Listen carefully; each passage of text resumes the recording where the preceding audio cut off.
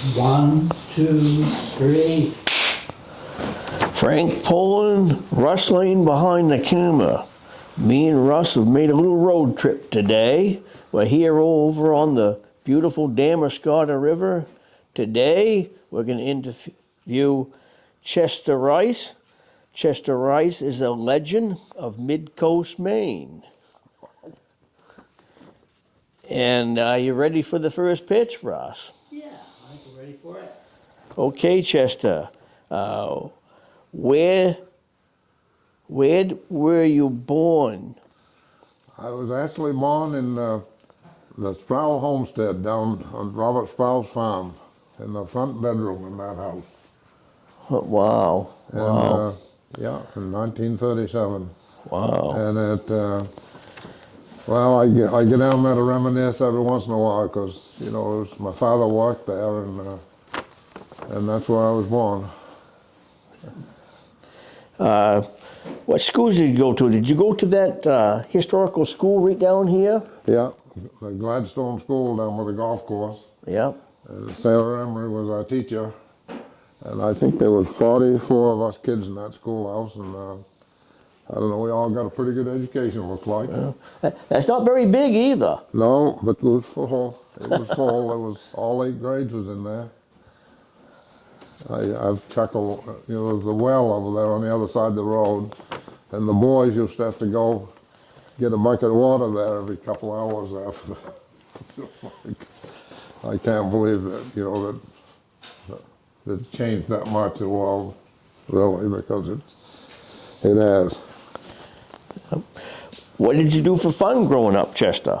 Well, we played golf quite a lot, because we was right beside the golf course, and then we, of course, we went hunting, you know. And in the wintertime, we were sliding, the roads wasn't plowed very much, so we went, there was a whole bunch of us kids went sliding, down around Clark's Cove. We went down the big hill there by the town hall, and the other one by the university there. We used to slide down that road, and my father had Bill McFarland build us a bobsled, a 4 or 5 man bobsled. We used that thing. We still got it now, so it's a beautiful thing. He built it. It was a beautiful Wow. thing. Yeah. You still have that? Yes. Wow. Yeah, it's down in the kids' garages. We got it, so yeah. But that was a long time ago. But that was, well, he built quite a few of those things. They were they were really nice piece of work. Well, Chester, they must have had to steam that thing, steam it to get your curl in that. Well, I don't know how he did it, but you know, it was had 2 sets of runners under it. Yeah. One on the front, one on the back, and one front one steered, and the back one didn't. And well, there was room enough for 4 or 5 of us on there. So we used it a lot. Yeah. Yeah. Yeah. Now, was he a boat builder too? Well, no. He was known for that. Well, it was, but I don't think he was. He was a handyman around Christmas Cove, so he did stuff like that. He built quite a few of those, but I don't remember much about it. Yeah. No. Big family. Yes, it was. Well, the McFarlands was the whole Christmas Cove at one time, really. Yeah. What did you do for summer jobs? Well, when we were kids, we went to the golf course. We caddied at the golf course, and you know, that was a summer job we did. And then,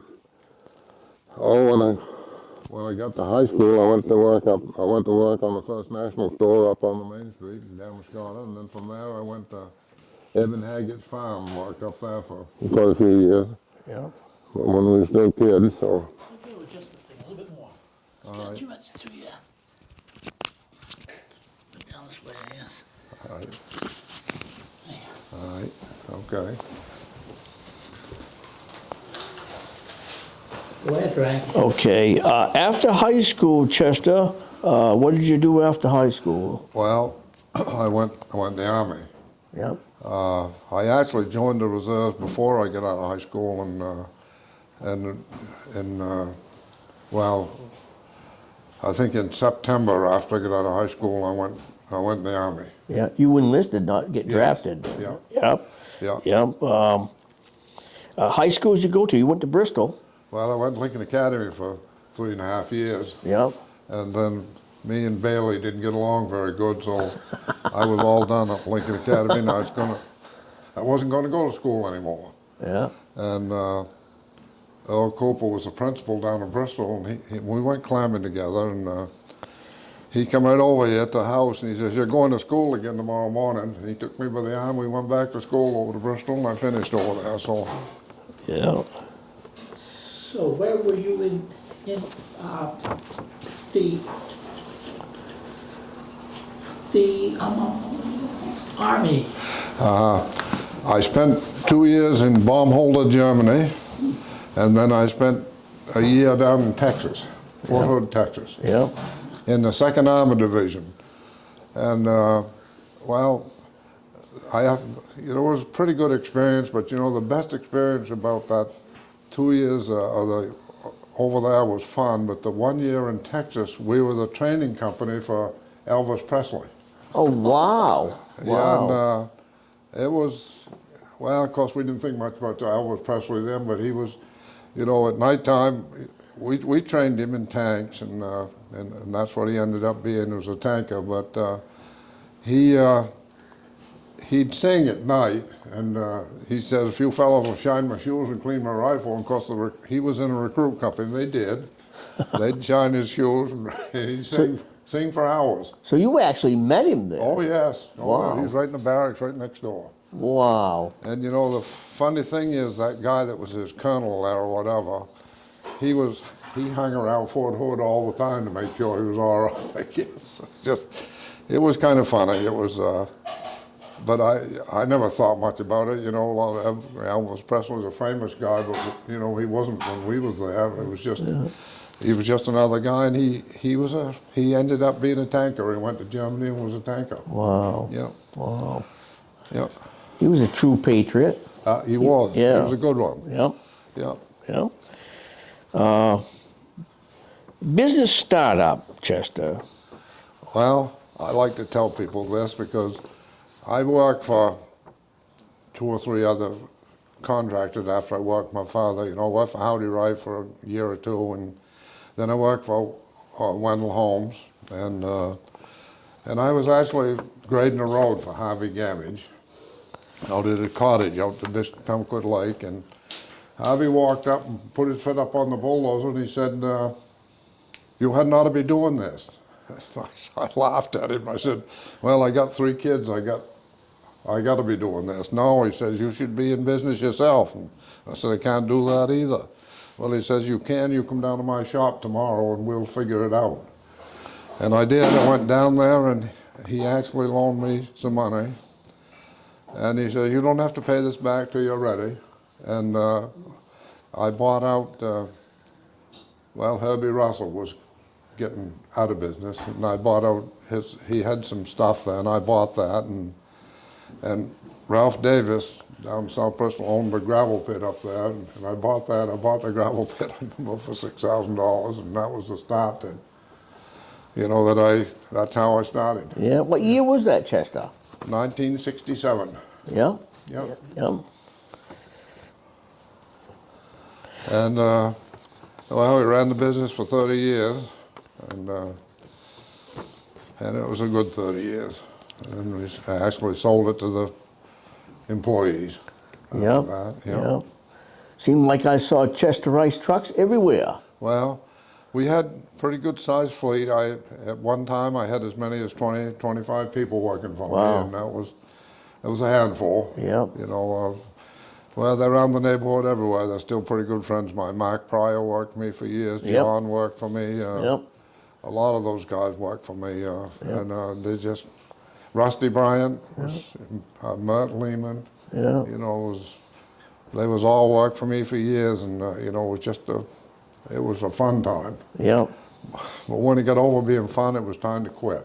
Yeah. Because, I hear you. yeah, Yeah.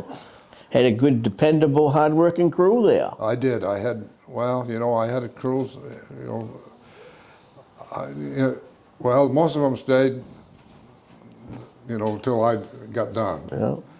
But, we had, way back then, Neil Sprague and I was good friends, and, he suggested, health insurance and profit sharing for your employees is a good way to keep them. And so we did. We started, you know, buying health insurance for the guys, and then we started a profit sharing plan where, you know, I think it was 15% of the profits went into their pool, and they ended up doing pretty well. Yeah, geez, every one of those guys have done really well, you know, on their own. Well, they did. Well, they were, you know, well, I always say Rusty Bryant would always be one of the leaders because he was always so good, you know. And Mert Lehman was, you know, he was just, they was great people. Yeah, me and Russ went all through school, Rusty. Yeah, well, Rusty was one of the guys that was always one of my favorites. He really was a great guy. He had good humor too. He was, Yeah, every time he sees me, he likes to aggravate me a little bit. Well, there was, him and Ralph was, you know, completely opposite. You know, Ralph worked for me too. Yeah. Well,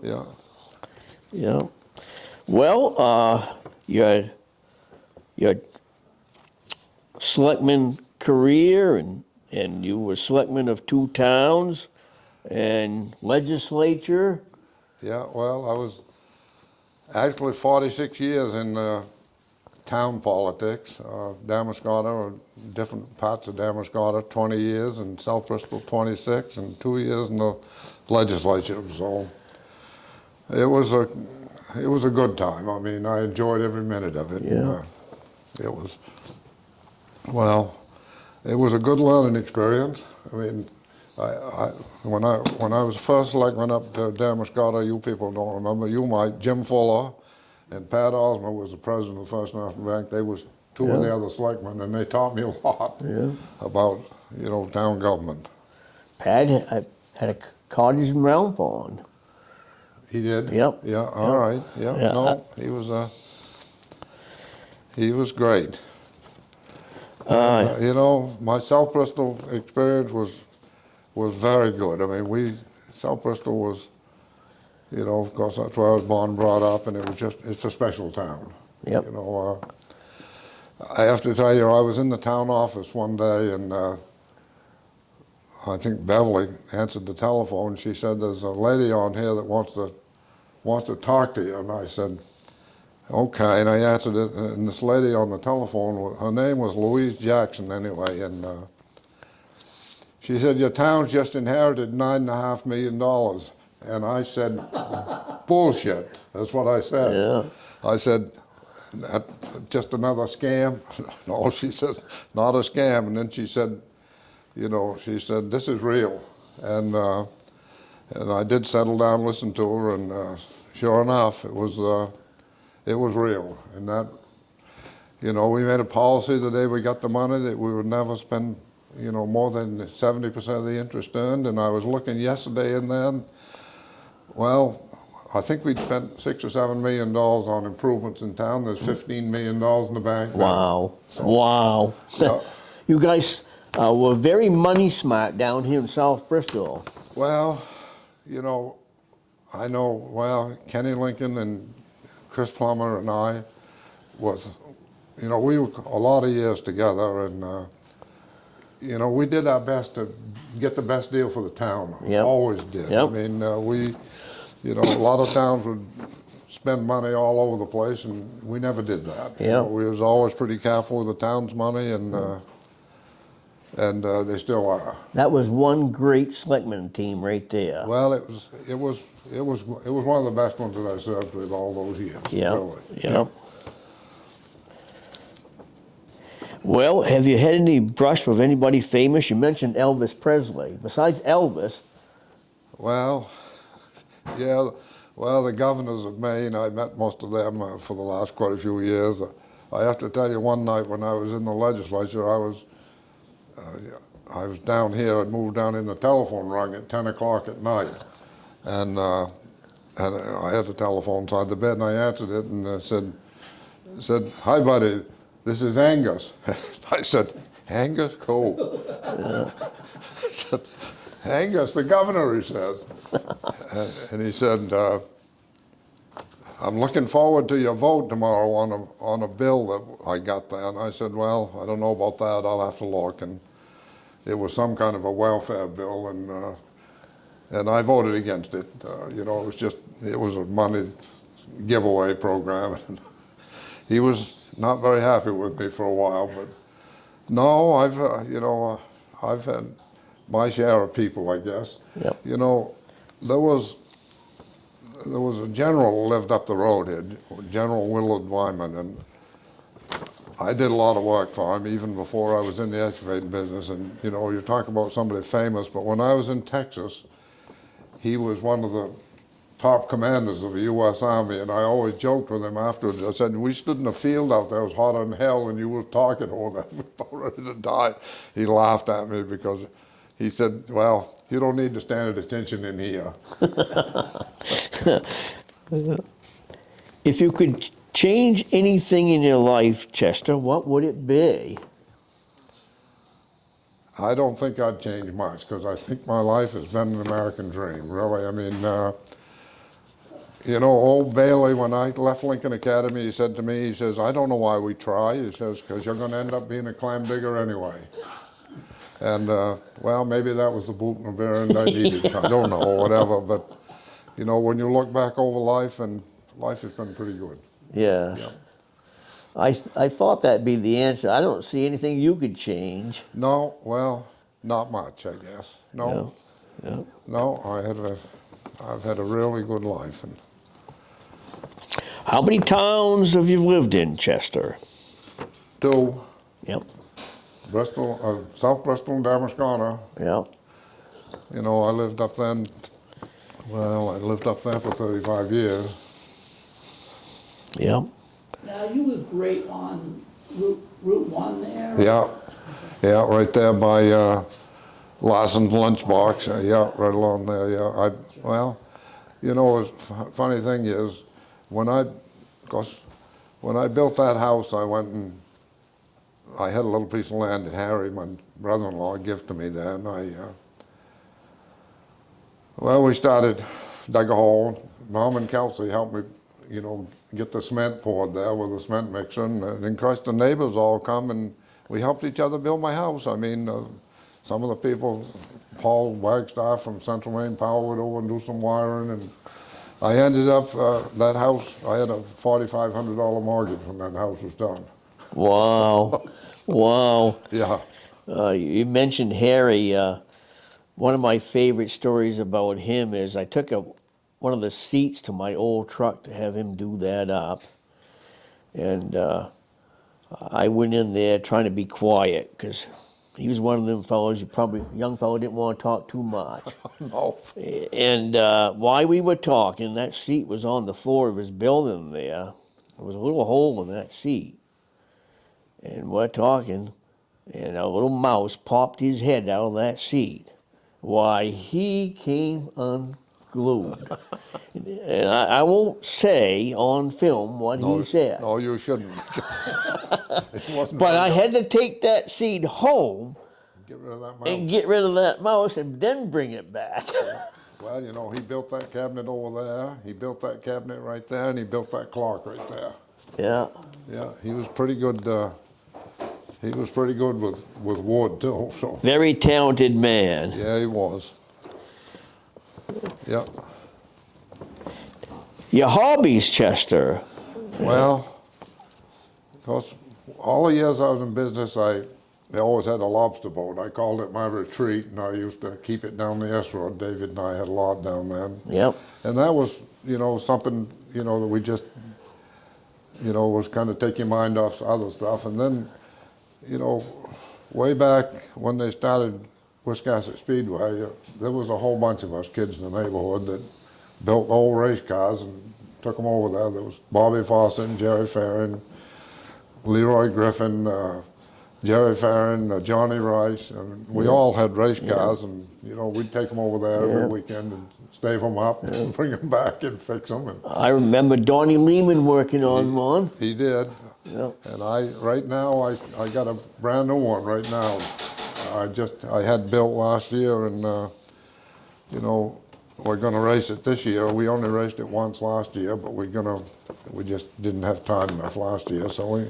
But I do have a brand new one right now, and I really enjoy it. You know, I got a lot of old friends over there that we've been doing that for 100 years, and it's a fun time all summer. I look forward to every other week to go over there. Still very reasonable to get in there. $5. Yeah, what can you do for $5 now? No, and your kids under 6 get in free. Yeah, So yeah. they do a heck of a job with that racetrack, I can tell you, boy. Yeah. Well, that lady's done a really job with it. Yep. Yeah, yeah. You know, I got a good friend. I know Russ has some of the same problems, but he has a little speech problem. You know, he does all the sharks for us, and I've known him for 50 years. He lives up in Waterville. I go up there about once a week to see him. But Wow. Joel Tozier, and he just was. Well, he was Ricky Craven's shark man when he was in NASCAR, and he does that now. He does all the sharks for my race car. He has a special formula he puts in them, and so they work pretty good. He knows sharks pretty well. How old a man is he? Well, he's probably in his late 60s, maybe. Yeah? Yeah. Yeah. Oh. You're still lobstering? Yeah, I got a great-grandson who's got a 10-trap license, so he and I go one time a week, and Yeah. so yeah, I still got an old boat. I bought an old boat a couple of years ago, an Novi boat I got, and I sold the boat that Farron's built for me. Yeah. 6 or 7 years ago. I Yeah. guess. Yeah. That went down to Surrey. Yeah. Yeah.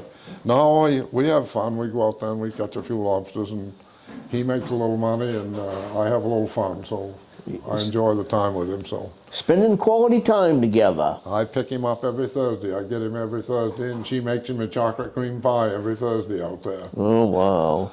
Sounds like a deal to me. Yes. Well, yeah. he's a good kid. I like him. He's you know, I got 3 other ones, but they live up in Raymond or Standish, so I don't see them very much. But I go to school and pick him up every Thursday. Yeah. Sounds like everybody in your family's on a good road, Chester. Well, we try to. Yeah. Well, Yeah. it's just, it's a bumpy one sometimes, and I've Johnny, he's had all those problems, but we got him in a program that was in a drug rehab program, and he's doing pretty well with it. He's on the 3rd year with no drugs. Yeah. Yeah. So he's really done pretty well. Yeah. Yeah. What's the best piece of advice anyone ever gave you? Well, I don't know. There were several people in my life that, had an impact. Bob Woodard was one of them.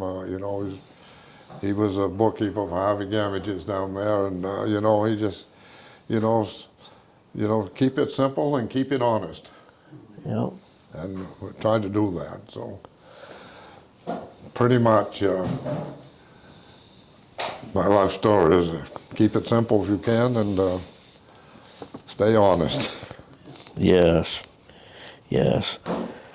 What's the secret to a happy life, Chester, with you? Well, I had a good wife, and I had good kids. Yep. And, the kids was my kids all learned a lot of things when they were young. They learned how to run a bulldozer, they learned how to run a backhoe, they had a horse, they learned how to put fuel in a loader, they learned what work was. If they wanted some money, they had to earn it. You mean your daughters were running a bulldozer and that yes. heavy equipment? Wow. Yeah. Wow. They did all the fueling. Yeah. They hauled to Whitefield. They'd take the fuel up and fuel the loaders up and do that once or twice a week. And Kim did a lot of bookkeeping, so they all had a little job around here. Yeah. If they wanted earn some little income, then they earned it. Yeah. It wasn't one of those handout deals. I just didn't do that.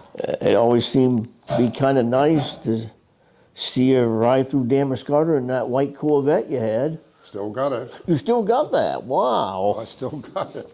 I have to laugh. Stevie Masters and I are pretty good friends anyway, and he used to come up to see Kim. Yeah, I know he had a little shine on her years ago. Well, anyway, he come up kind of kind of sheepish, and he says, "You wouldn't let me take Kim to the, I think it was the Prom? prom or something, in yeah. that Corvette, would you?" Yeah. I said, "Of course I would." He said, "I never forgot that. I got that Wow. Corvette, and we went to the prom in that Corvette." Stephen's my first cousin, Is he really? Chester. His mother's my father's sister. All right, Yeah, okay, all right. Yeah, My father no, was the oldest in that out of that crew. You know, we have a little joke about that every once in a while. He says, "I never thought you'd ever let me drive that thing."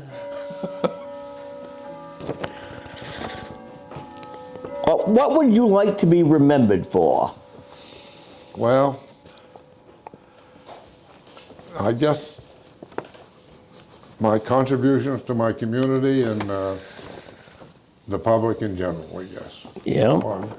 You know, and just, you know, all the years I was in the excavating business, I never charged one fire company 1 penny for any work I ever did for them. Yeah. And I had a lot of people that were, you know, that were not very well off. If they needed something, I always found a way to get it done, and I never charged them for it. And, it always was a good feeling to know that, you know, every once in a while, you know, somebody needed a little help, and, you know, and we did it. You know, the last month, my good friend, Berkeley Weston, I don't know if you know Berkeley or not. Heard of him. Well, he had lung cancer. Yeah. And since way back in November, I was with him every single day for an hour or two every day to make sure he got what he needed, got his mail, went to the bank for him, did whatever he needed. So it was just, you know, he was a good friend, but that was what I like to do. He was a war hero, wasn't he? He was in the military for 20 years. He was wounded twice there, and Yep. and he passed away 2 weeks ago. So Yeah. you know, he had lung cancer. It was awful. So Right up in the paper on him. I think he was a Bronze Star and a Purple Heart. he was. Yeah. Did I miss anything there, Chester? No, I think he was. No, he was a good guy. He just, you know, I have to chuckle a little bit. I said to him, Buck, I said, "Is there anything special you want done when you're gone?" And he says, "You see that gun laying right over there? There was a gun laying on the bed there." He says, "I want to take that gun with me." And we put it in his casket the other day. Wow. Wow. Yeah. What advice would you give the next generation? Well, I tell you, I look back and I think, you know, the few years I put in the military was good because it separated you from, got you out of town and got you into a different, it taught you a little something, and I think, you know, if the younger generation could just donate a little bit of their time to do good things when they're young, it might change some of their lives. Because we we lost a whole generation really of people Yep. that didn't do very well. Yep. And I'd say, you know, I think the military was good for a lot of people. I think the draft, even today, if you don't have to go to a war, but maybe just do some good for your country. You know what my father used to say, because he was Navy? Yeah. He said they should have never done away with the draft. He said it taught young people to get along Yep. and be more patriotic. Yeah, well, I've always said that, you know. I say, you know, I'm very patriotic anyway. You know, I was just telling Russ, I did that honor flight this last year, and well, that was one of the best rewards anybody could ever have. Mm-hmm. Because you know, there were people there that well, were very disabled.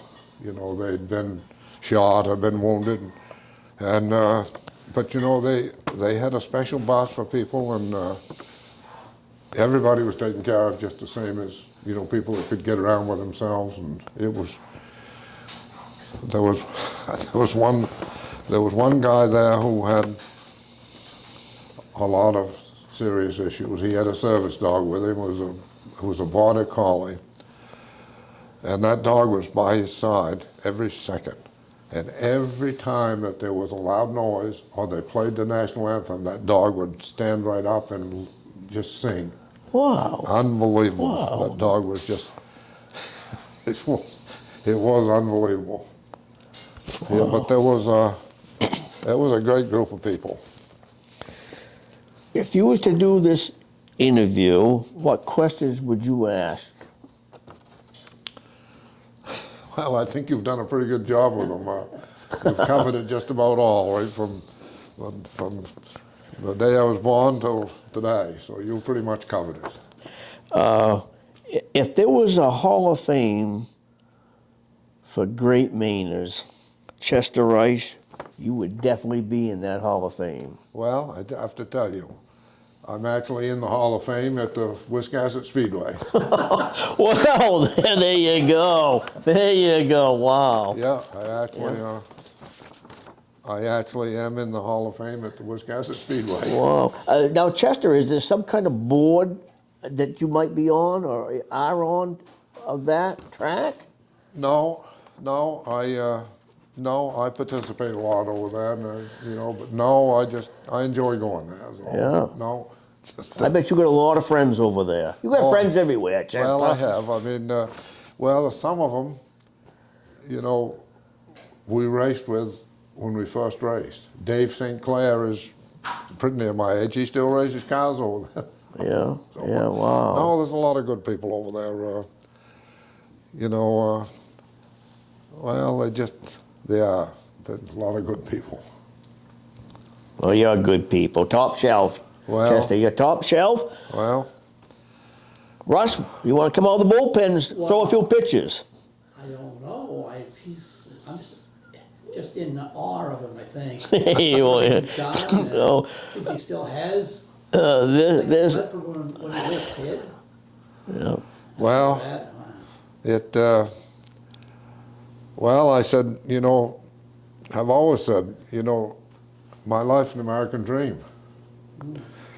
You started off as a clam digger, and I was a chairman of a bank board for 32 years. Yep. How many clam diggers have been the chairman of a bank board for 32 years? Oh, you sure come a long ways, Chester. Well, I've been a lion for 65 years, and I hold the highest honor that you can have as a lion for service. Yeah. I'm a Melvin Jones Lion, and that is the highest award you can get for lions for community service. Yeah. So, and I was a 40-year fireman in Damascotta too. Yeah. Yeah. So it was. Everybody says, "How'd you have time for all that?" Well, they all fit. I mean, they really do. I mean, I was busy, but there was always time for community. Yeah. Yeah.